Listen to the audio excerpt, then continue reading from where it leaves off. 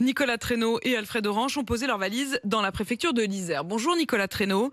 Bonjour Nicolas, Apolline. vous êtes à Grenoble en direct pour RMC. Ce matin, vous nous emmenez dans une forêt de l'Isère où les chasseurs et les écolos sont du même côté pour une fois. Oui, Apolline, les chasseurs sont appelés à la rescousse dans ces forêts françaises où le gibier fait des dégâts. C'est le cas dans les forêts du Trièves, une région magnifique à mi-chemin entre Grenoble et Gap. Nous nous y sommes aventurés hier avec Alfred Orange.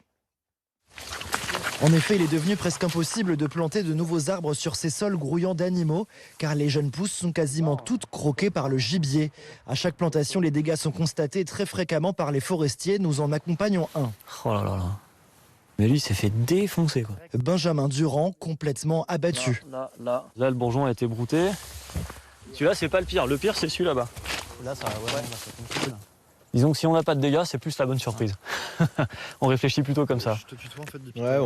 Dans l'ensemble des forêts, 12 millions d'euros de filets de grillage sont dépensés, mais on voit qu'ils ne servent à rien.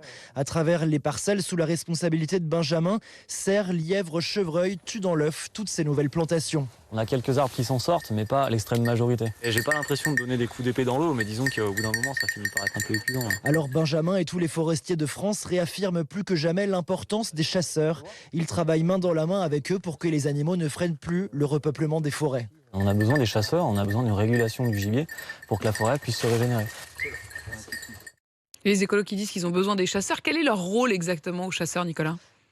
Mais ils sont là pour prélever la quantité de gibier de la forêt pour éviter que les animaux dévastent tout. Nous avons rencontré beaucoup de chasseurs hier le long des routes, c'était jour de chasse. On a suivi avec le représentant de la Fédération de l'Isère des traces de gibier laissées dans la forêt. Là, c'est un passage de bête, tu vois. Là. Il y a une belle empreinte là. On apprend qu'il n'y a pas qu'en Isère que le gros gibier ou les lièvres provoquent des dégâts. Ils sont en surabondance dans plus d'un tiers des forêts. C'est bien un cerf. Simon Janin aime dire que sans chasseurs, les dégâts seraient encore plus importants. Notre présence, elle est nécessaire. Associée aux forestiers qui ont besoin de nous, il faut aujourd'hui trouver le bon équilibre.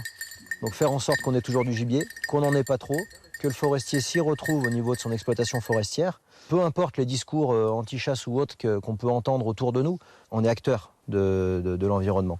Et donc, ils sont main dans la main, ensemble, ils tentent de répondre à l'urgence climatique. Oui, car il y a des enjeux énormes pour la survie de la forêt. Elle risque de disparaître massivement si ces jeunes pousses ne grandissent pas, car ce sont de nouvelles espèces du sud, résistantes aux sécheresses qui vont frapper de plein fouet les forêts d'Isère. La mairie d'une des communes des forêts du Trièves, Fanny Lacroix, est fière de montrer que dans ces montagnes, l'écologie n'est pas que conflit.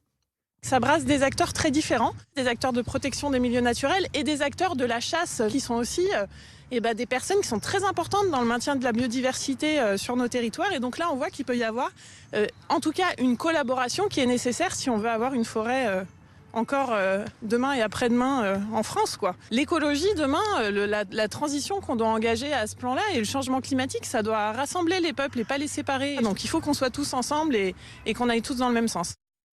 Voilà, Pauline, et cette maire glisse que les dirigeants de la COP26 devraient en prendre de la graine. Et puis, dans ces forêts, il n'y a pas que la chasse. Évidemment, les élus réfléchissent à plein d'autres solutions combinées, car il y a de moins en moins de chasseurs pour protéger ces jeunes pousses. Une forme de vivre ensemble. Merci Nicolas, franchement, en direct de Grenoble pour cette enquête remarquable réalisée avec Alfred Orange. Merci pour toute la semaine, donc, où vous nous avez fait vivre l'actualité vue depuis Grenoble.